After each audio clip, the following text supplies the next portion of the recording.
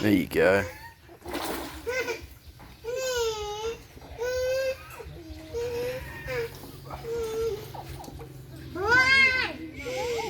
Hey, that's perfect actually. How is that?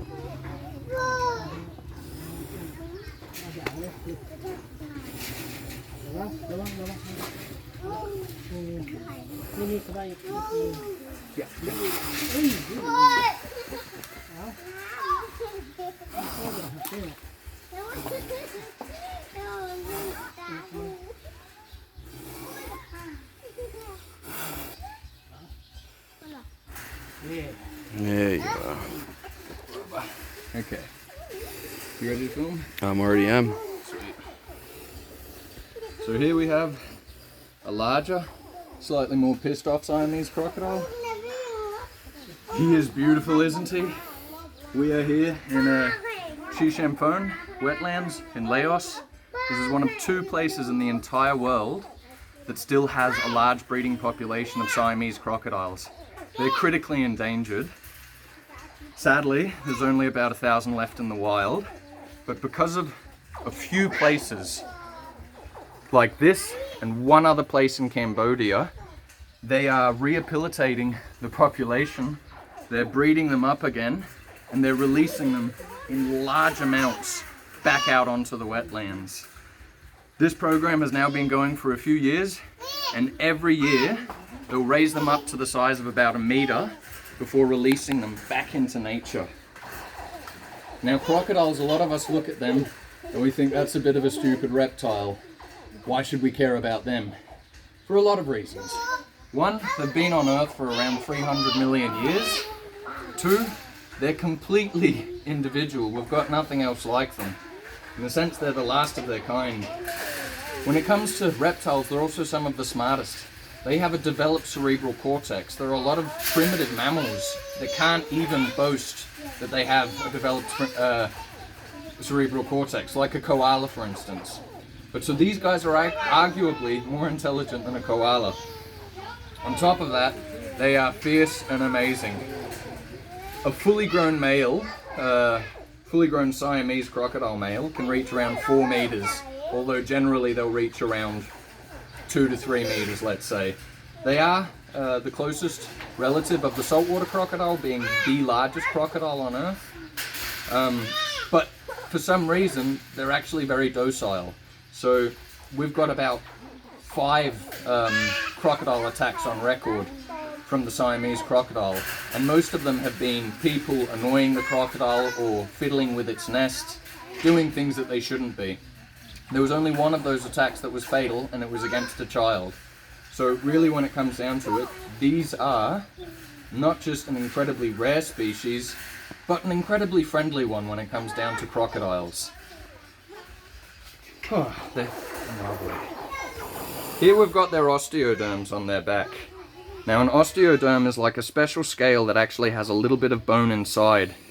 So that'll both work as a bit of an armor, but it'll also help him when he's swimming and cancel some of the ripple on the top of the water so that he can sneak up on his prey. If we look at his eye, he doesn't want to close it, but if he did close it, we would see that he's got an eyelid from the bottom, an eyelid from the top, and then an eyelid from the side. Now the eyelid from the side functions actually like swimming goggles, so that he's able to see through the water. Right behind his eye, we have his ear, right here. Now he's hissing like hell, but that's because we're getting too much in his face. If we lift him up here, we'll have his cloaca right here. Now depending on if this is a male or a female, I think this is a male, then you're going to have a larger area on the base of his tail, basically to store his genitalia in.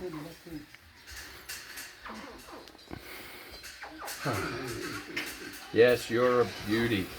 Yes, you are. There we go.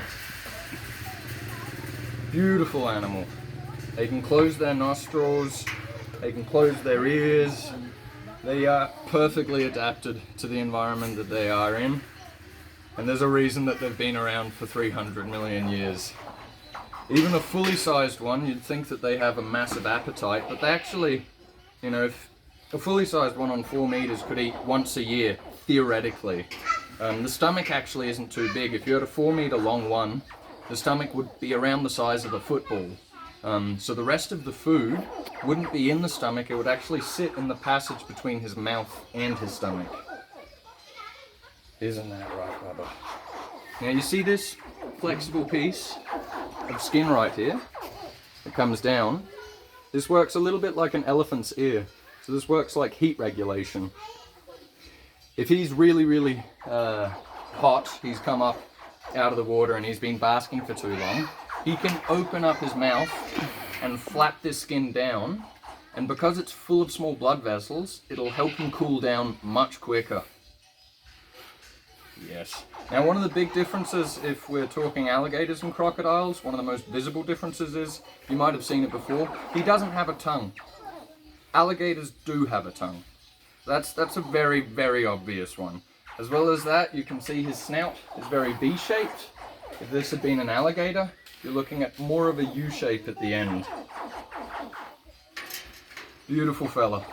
I think I'm going to take off his rubber band, and then I'm going to let him go again. There we go.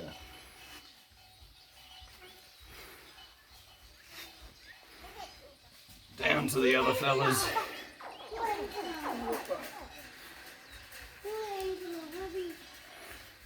Just got to grip him at the top of the head so that he doesn't bite me when I'm trying to remove my hand.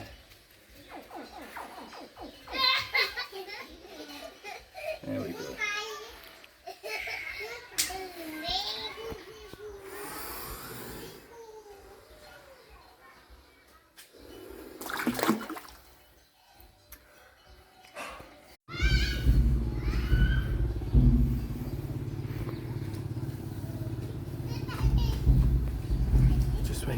Just wait. You ready? Yeah, I'm filming.